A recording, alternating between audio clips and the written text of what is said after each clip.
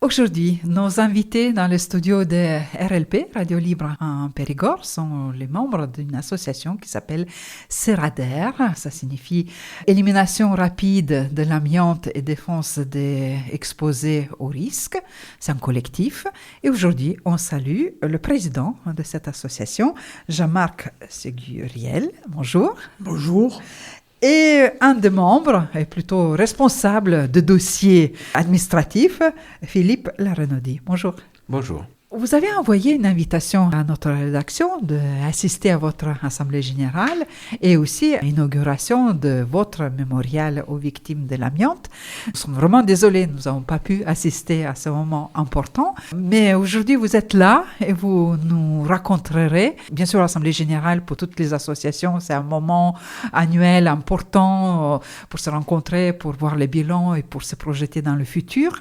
Mais ce moment de recueillement, ce moment de l'inauguration de votre mémorial, est-ce que vous pouvez nous raconter l'histoire? Alors l'histoire, c'est tout simple.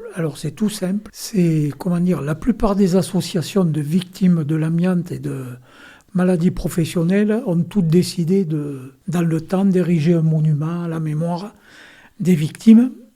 Et on a eu l'idée de faire la même chose, mais on voulait se démarquer et avoir un lieu qui soit plus symbolique encore. Donc on a choisi un lieu déjà, et on a choisi de planter un arbre. Parce que pour nous, l'arbre, c'est un symbole de vie, pas que de mort, mais un symbole de vie, et ça exprime l'espoir aussi.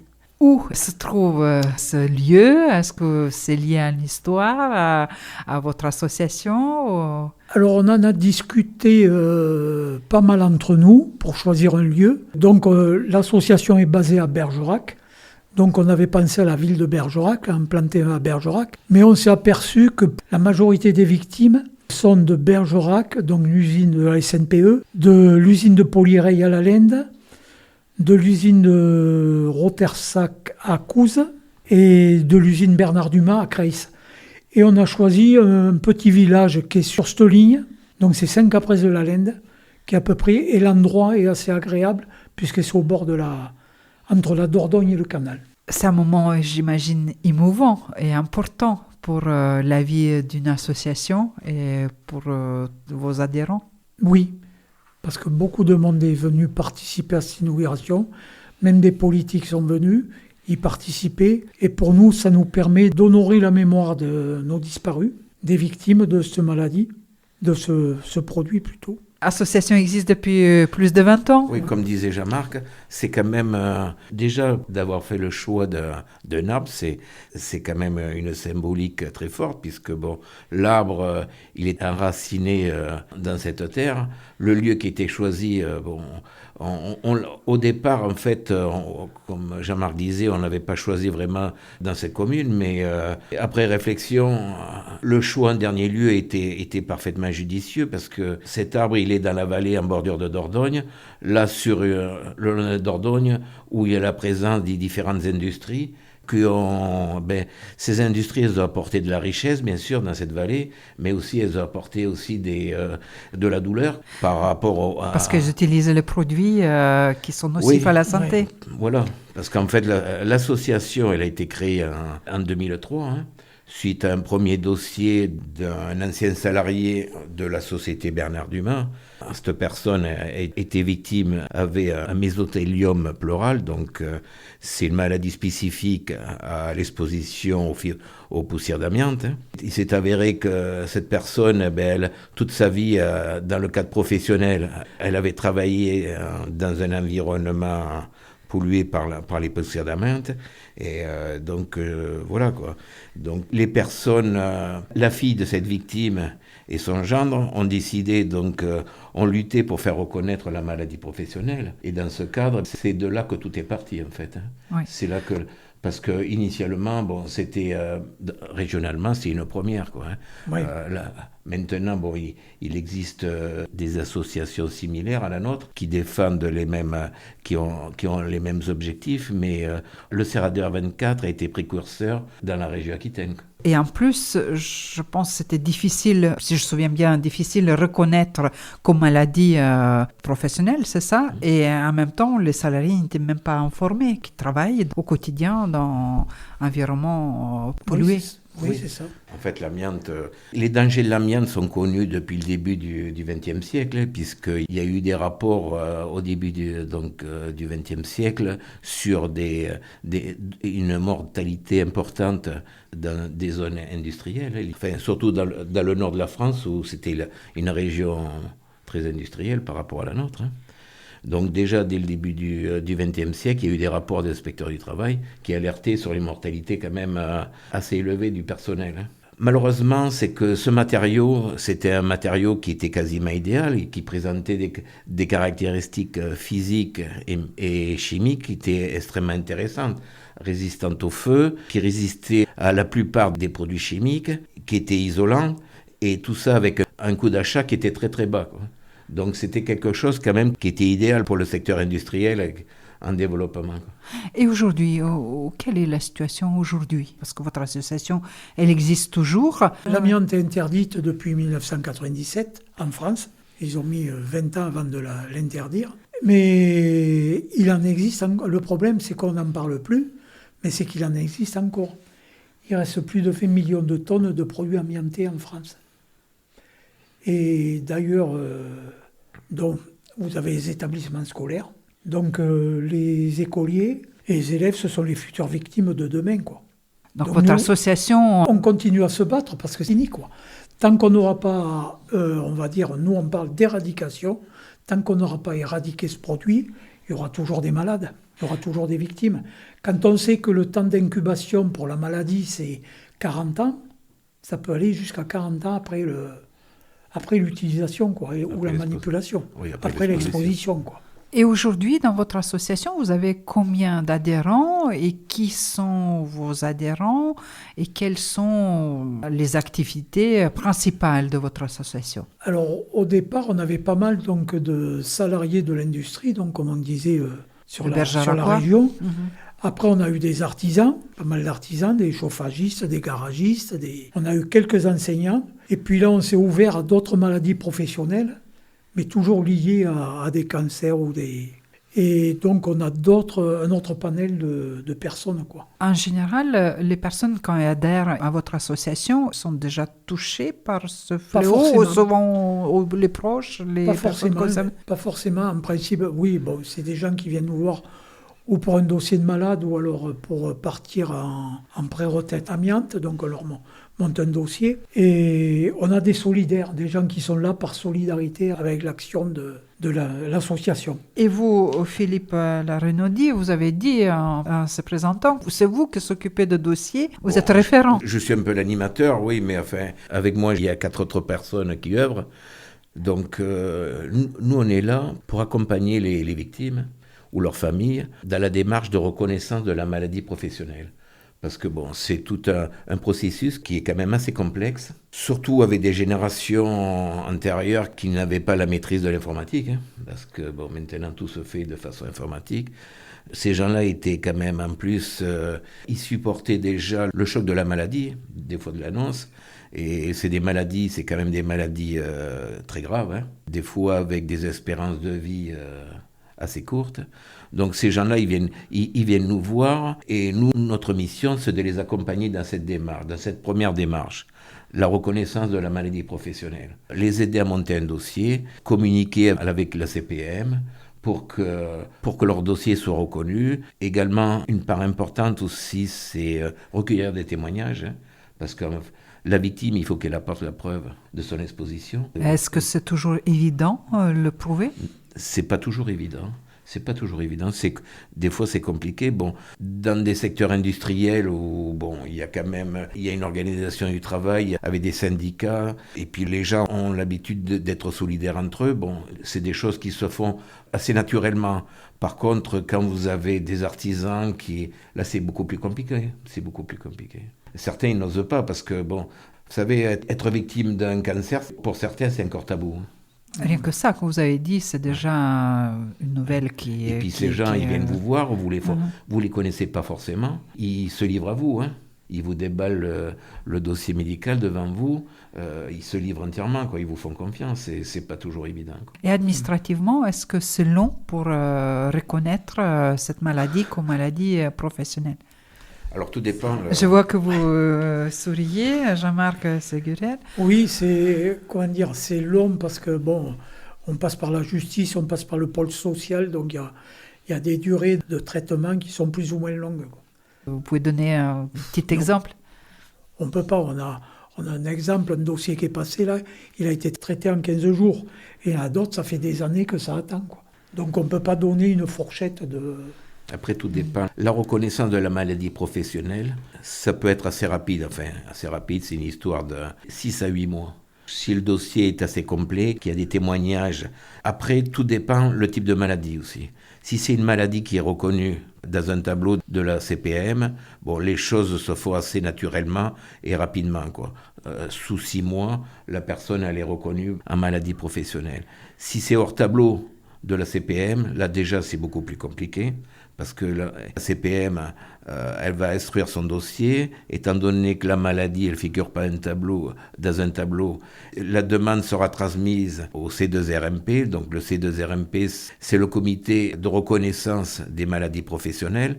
Donc c'est un organisme qui existe au niveau de la région, qui est composé de médecins du travail, d'inspecteurs du travail, et c'est eux qui donnent un avis sur la possible maladie professionnelle liée à une exposition. Après, malheureusement, concernant nous l'exposition aux poussières d'amiante, il y a des tableaux de la CPM qui décrivent parfaitement les pathologies et des gens, quand l'exposition a été avérée, disons que les choses se font relativement facilement et rapidement. Quand c'est d'autres types d'expositions, rayonnement ionisant, là, c'est beaucoup plus compliqué. Si c'est des pesticides également. Donc, et des fois, ça peut prendre plusieurs années. Que si la CPM ne reconnaît pas, on peut saisir le pôle social. Ce qu'il faut dire aussi que nous, on travaille avec un cabinet d'avocats. TTLA et avocats, c'est un cabinet spécialisé dans le droit social et environnemental. C'est un des plus gros cabinets en France qui est basé à Paris. Et depuis le premier dossier, depuis 2003, où il y a eu ce premier dossier, c'est eux qui gèrent tous nos dossiers en justice. Donc parce que souvent, il faut passer devant la justice pour que le droit soit reconnu. Oui. Oui, que ce soit pour la reconnaissance en maladie ou la faute inexcusable de l'employeur. Donc là, on passe au tribunal, donc il y a le pôle social, et après il y a au tribunal à Bordeaux. Et donc, on demande à nos adhérents d'accompagner la victime, celle dont le dossier est convoqué. Et donc, on les accompagne, on fait des bus pour accompagner les... Parce que c'est important d'être là et soutenir. Un soutien. Déjà, ça fait plaisir à ceux qui passent au tribunal. Et ça influence pas mal les juges. Les juges sont sensibilisés à ça. Le fait d'arriver dans la salle d'audience, même on est extrêmement respectueux, on n'est pas là pour agiter quoi que ce soit, mais déjà maintenant au niveau du tribunal judiciaire de Périgueux, on est connu.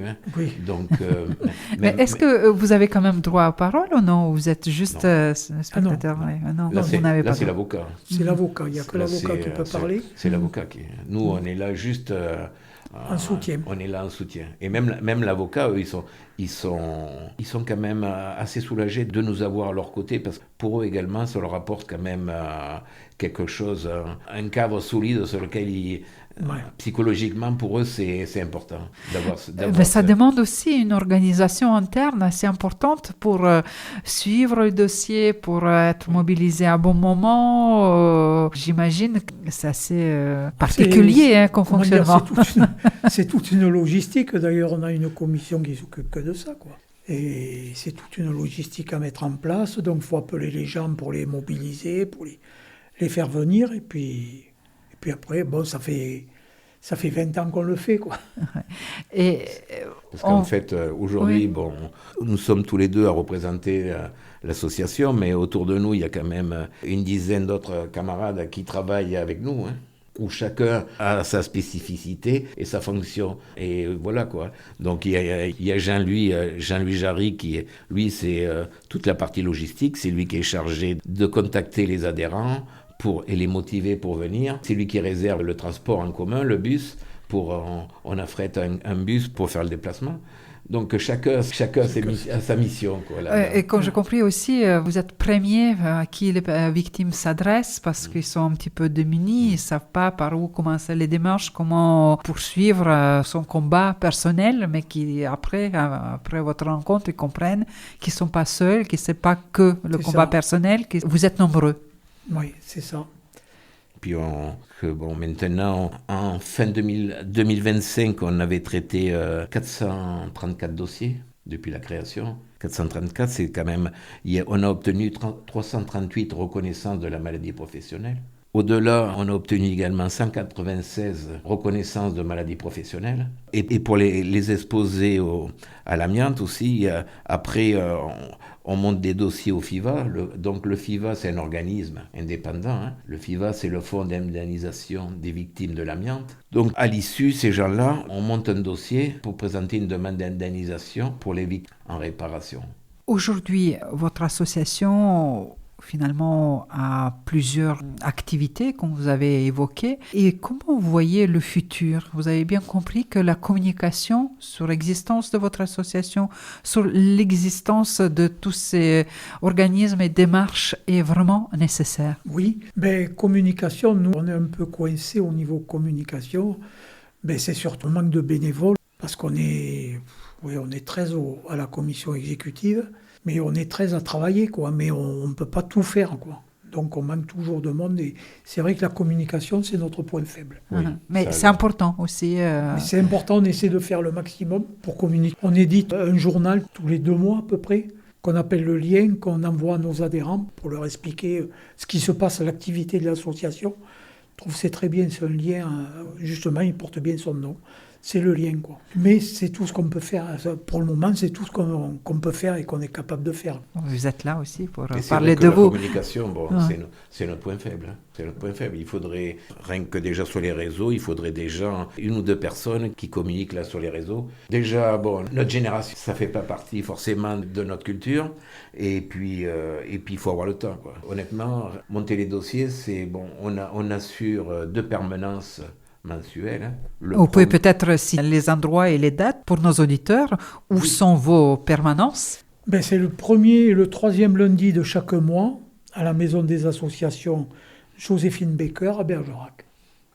Donc ceux qui nous écoutent, s'ils veulent vous rencontrer, c'est le moment... Voilà, ils prennent rendez-vous, ils appellent l'association et on conviendra d'un rendez-vous. Oui, pour trouver nos coordonnées, c'est relativement facile, même si on n'est pas très présent sur les réseaux. Sur Internet, vous tapez Serradère 24, il y aura l'adresse, il y a les 2 numéros, celui de Jean-Marc et le mien, pour pouvoir avoir un premier contact. Après, on prend cet engagement, les gens ils viennent nous voir, on leur explique un peu la démarche. Après, ils continuent avec nous ou pas, si le lien de confiance se crée. Et, la plupart du temps, j'en ai très peu vu qui fassent marche arrière, mais les gens nous font confiance et puis voilà, on part avec eux dans cette aventure parce que c'est une aventure. Comme on disait, donc il y a d'abord la partie reconnaissance par la CPM de la maladie professionnelle. Et après, en deuxième temps, il y a la reconnaissance de la faute inexcusable de l'employeur.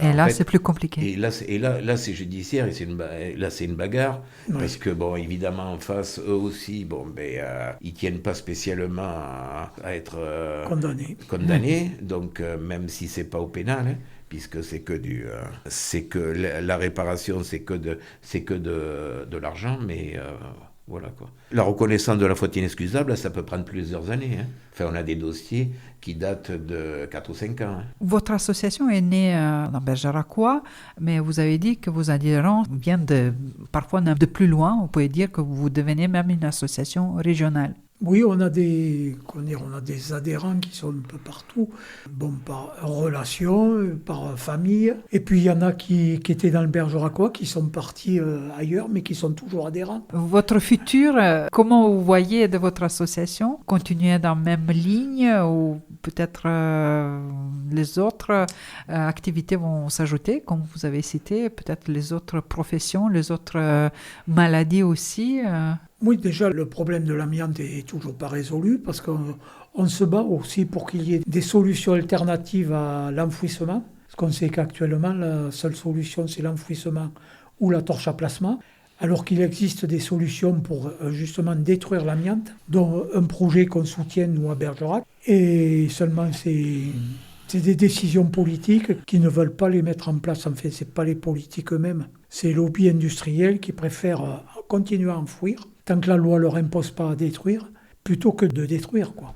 Oui, parce que c'est moins coûteux. Voilà. Ben oui. Parce que l'enfouissement de l'amiante, à la tonne, c'est aux alentours de 300 € un enfouissement, alors que rien que la destruction par la torche à plasma, c'est d'aller 2500 €. Là. C'est 10 fois plus, quoi, à peu près. Plus le coût de transport. Enfin, donc il y a des rapports d'échelle qui sont énormes, quoi. C'est pour ça que là-dessus, Jean-Marc, c'est lui quand même, il faut reconnaître qu'il a fait un travail au départ quand même extrêmement important parce que c'est lui qui a initié ce projet de pilote de destruction de l'amiante.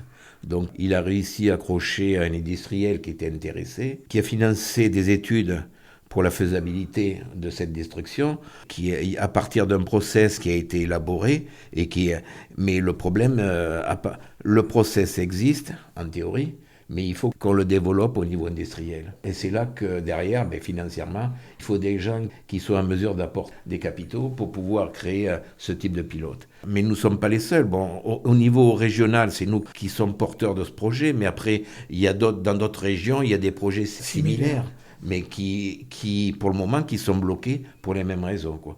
Surtout en plus dans la situation actuelle où l'économie est incertaine, on va plus vers une économie de guerre que de développement de process pour le civil. Donc voilà, pour le moment, on n'est pas attractif, quoi. C'est super intéressant et je pense que c'est un des futurs projets de votre association. Je veux dire, ça va faire 10 ans qu'on est dessus, oui, puisque ça date de 2016, ça va faire 10 ans qu'on travaille dessus, donc on avait réussi à mobiliser tous les politiques, toutes les institutions d'État autour de ce projet à Bergerac. Quelle que soit la tendance politique, on avait fait l'unanimité.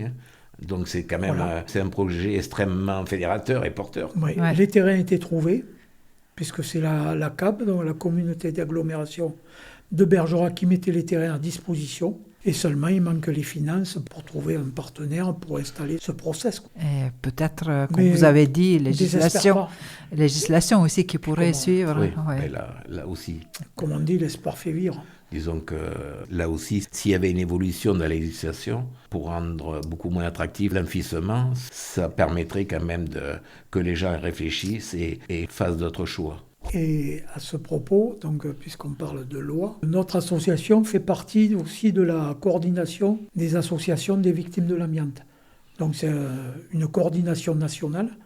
Il y a 21 associations, donc on est 7000 adhérents, je crois. Ouais. On porte au niveau de cette coordination la création d'un pôle public d'éradication de l'amiante. Et à ce propos, on a rencontré donc le groupe d'études amiante de l'Assemblée nationale, qui a été recréé dernièrement. Et on doit rencontrer encore d'ailleurs, le président de ce groupe a rencontré le président de la coordination. Il n'y a qu'eux qui peuvent faire changer la loi. Donc ça avance, avance.